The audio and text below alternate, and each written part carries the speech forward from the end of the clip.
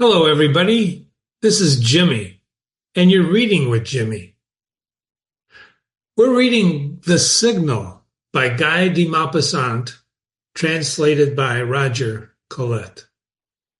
Let's begin. The Signal.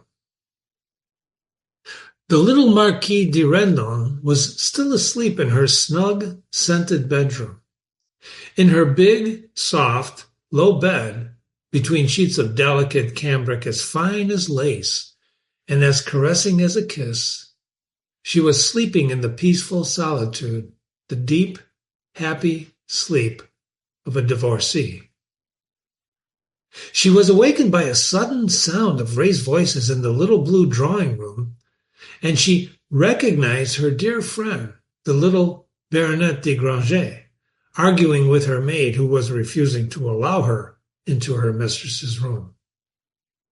The little Marquise got up, drew the bolts, turned the key, pulled back the door curtain, and showed her head. Nothing but her head, half hidden under a cloud of fair hair.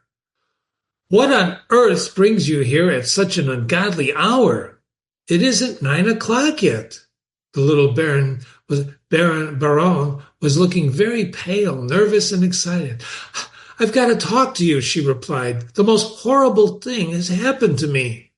"Well, come in, darling." Her friend went in, and the two women exchanged kisses. And then the Marquis got back into bed while the maid opened the windows, letting in the light and air. When she had left the room, Madame de Redmond said, "Now tell me all about it."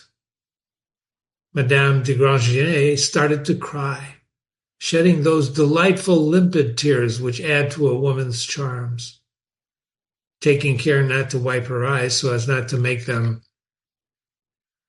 red, she stammered, "Oh, my dear, what's happened to me is horrible, simply horrible. I didn't get a wink of sleep last night, not a wink. Just feel how my heart is beating." And taking her friend's hand, she put it on her breast, on that firm round covering of a woman's heart, which the male often finds so satisfying when he makes no attempt to find what lies beneath it. Her heart was indeed beating very hard. She went on. "It happened yesterday, about 4 o'clock, or half past, I can't be sure. You know my flat, and you know that my little drawing room, where I always sit, is on the first floor, overlooking the Rue Saint-Lager. You always know that I have a mania for sitting at the window and watching people go by. That district around the station is so gay, so full of movement and life. I simply love it. Well, yesterday I was sitting in the low chair I have had placed in the window recess. In the low chair that I have placed by the window, pardon me, the window was open, and I was thinking of nothing in particular. I was just breathing in the fresh air. And you remember how fine it was yesterday, don't you? All of a sudden, I noticed that there was a woman on the other side of the street who was also sitting at her window, a woman in red. I was in mauve, you know, my pretty mauve dress. I didn't know anything about the woman, except that she was a new tenant who had been there a month. And as it had been raining for a month, I hadn't so much set eyes on her. But I could tell straight away that she was a bad lot. At first, I was rather shocked and disgusted that she should sit at her window like me. But gradually, I began to find it amusing to watch her. She was leaning on her elbows, looking at the men in the street. And all the men, or nearly all of them, looked up at her. It was as if something told them of her presence when they got near the house, as if they could scent her as a dog scents game. For they would suddenly look up and exchange a swift glance with her like a Masonic signal. Her look said, "Like to come up?" And theirs replied, "No time," or "Some other day," or "Broke," or else, in the case of a respectable family man, "You shameless hussy." You can't imagine what fun it was her playing her little game, or rather, practicing her profession. Every now and then she would suddenly shut the window, and I would see a man going in. She had caught him like an angler landing a fish, and then I would look at my watch, and they stayed there between 12 and 20 minutes, never any longer. In the end, I began to be really fascinated by that spider woman. Besides, she wasn't at all bad looking. I began to wonder how she made her meaning so clear, so quickly, and so completely. Did she use something more than a glance? Movement of the head, perhaps, or a gesture of the hand. So I got my opera glasses to study her method. It was really very simple. First a glance, then a smile, and finally a tiny jerk of the head, which meant, "Are you coming up?" But it was so slight, so casual, so discreet, that it required a great deal of skill to carry it off as well as she did. I asked myself whether I could manage to do it. That little lift of the head, which combined boldness and charm, because it was really very charming. So I went and I tried it in front of my looking glass. My dear, I did it better than she did. Much better. I went back to the window, feeling absolutely delighted. She wasn't catching anybody anymore, poor girl. Not a soul. She was really out of luck. And when you come to think of it, it must be awful earning your living that way, but rather amusing at times. For after all, some of the men you see in the street, they're quite good looking. Now, there we all were. Now they were all there walking. They were all good looking. Now they were all walking on my side of the street, and not a soul on hers, because the sun had shifted. They came along one after the other, young and old, dark and fair, gray-haired and white-haired.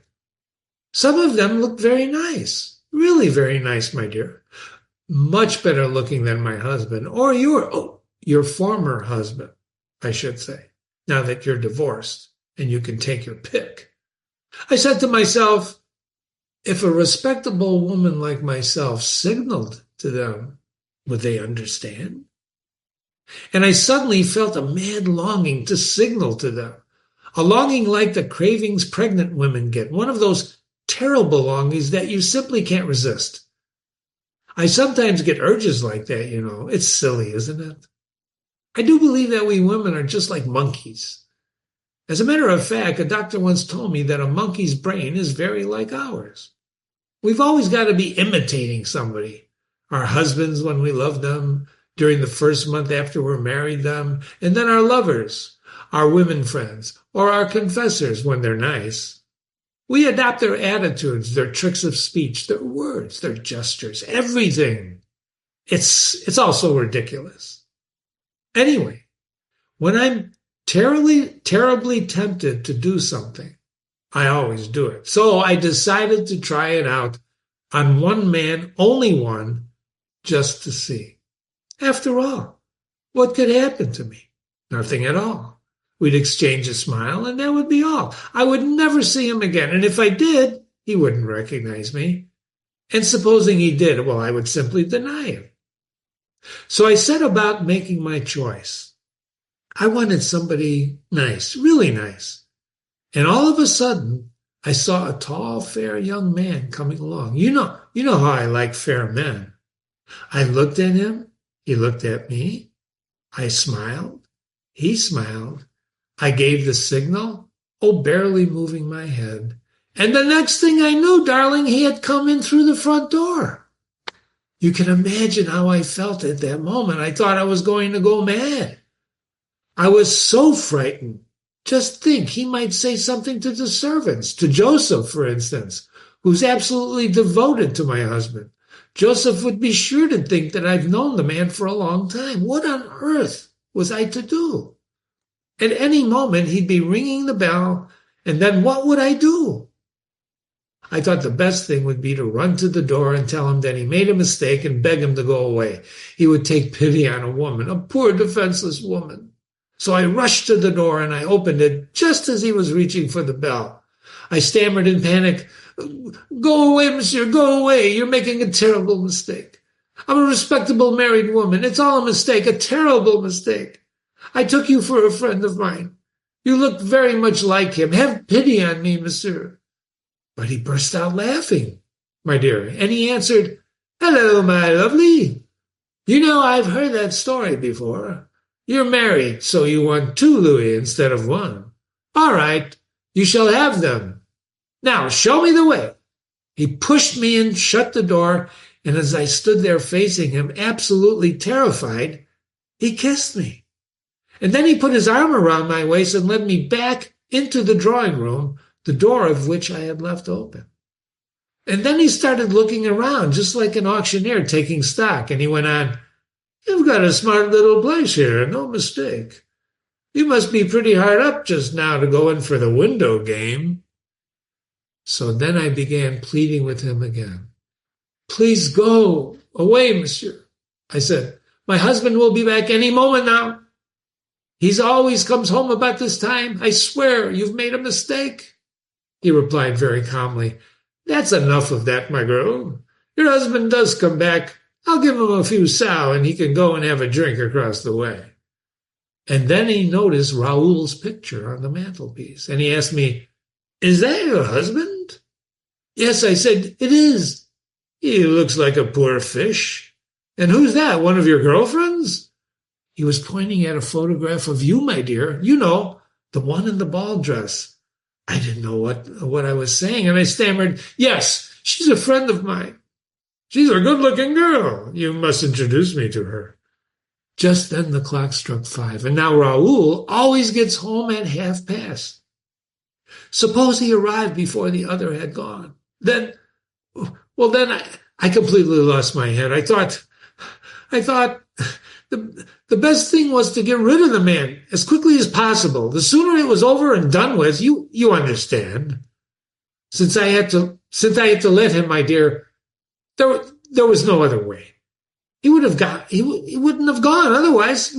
So I shot the bolt of the drawing room door, and the little Marquise de Redmond buried her head in her pillow and started laughing uproariously until the whole bed shook. When she had calmed down slightly, she asked, and you say he was a good-looking fellow? Yes. And then, what are you complaining about? But you see, my dear, the trouble is, he said he'd come back tomorrow at the same time, and I'm terribly frightened. You have no idea how stubborn he is, or how determined. Now, what am I to do? What on earth am I to do? The little Marquise sat up in her bed to think. And then she said, Have him arrested. The little Baron was dumbfounded. She stammered, What? Well, what do you mean, have him arrested? For what? Oh, that's easy, she said. You go to the police and you tell them that some man has been following you for about the last 3 months, and that he had the nerve to come to your flat yesterday, and that he threatened to come again tomorrow, and that you want police protection, and then they'll send a couple of policemen who will arrest him. But my dear, if he talks, what?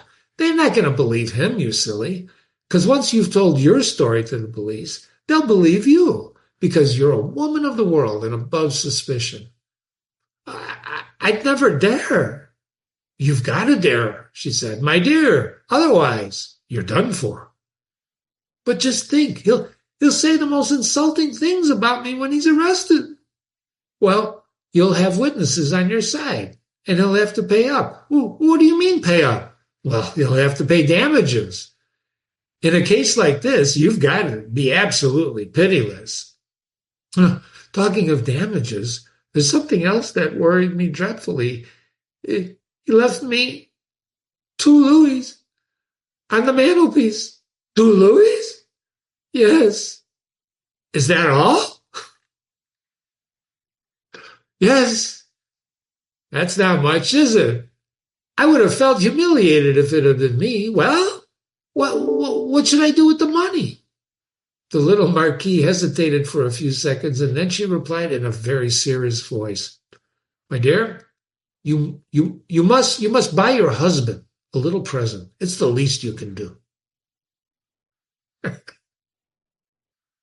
Sorry. You've been reading with Jimmy. This has been The Signal by Guy de Maupassant. We're going to analyze this because it's important. Before we go away, I want to go back to the beginning, just briefly to the first page. Okay? This is third-person narration. This whole story is told in third-person narration, so we have to believe him. The narrator is not in the story. The narrator is outside the story. So when he talks about the meeting of these two women, that Madame de Granger, who tells the story inside the story, starts crying, these are tears that add to a woman's charm. That's the third person narrating like this, and we have to believe him. We have to believe him, especially when this intimate scene where she takes her hand to feel the other one's heart, that's beating at the storyteller's heart, and it's uncovering a woman's heart that the male often finds so satisfying that he makes no attempt to find what lies beneath it. That's an important statement by the third-person narrator saying men could be jerks, right? They don't care about what's beneath a woman's breast. Anyway, this is third-person narration, so I hope you enjoyed it. We're going to analyze it. We're going to analyze it because this has to do with, yes, ladies and gentlemen, body language. Okay, that's what we're talking about, body language. Learn more about Guy de Maupassant by reading other stories on this website by Guy. And be sure to visit and read other classics like The House of Usher, Lysistrata. And remember, if you have questions at any time, Jimmy at readingwithjimmy.com, Jimmy at readingwithjimmy.com. I do want to share one email before I let you go. And more than one email were asking me, what's my fascination with Guy de Maupassant? Well, it's not really a fascination, it's a respect, because Guy de Maupassant is one of the greatest short story writers that ever lived. His stories are just excellent, even though they're translations, and Roger Collette does a great job of translating. He tells a story like no other, as evidenced by The Signal. Thank you for staying. Thank you for reading. Read the analysis when we're done. Have a great day. And be careful what you do when you start signaling people.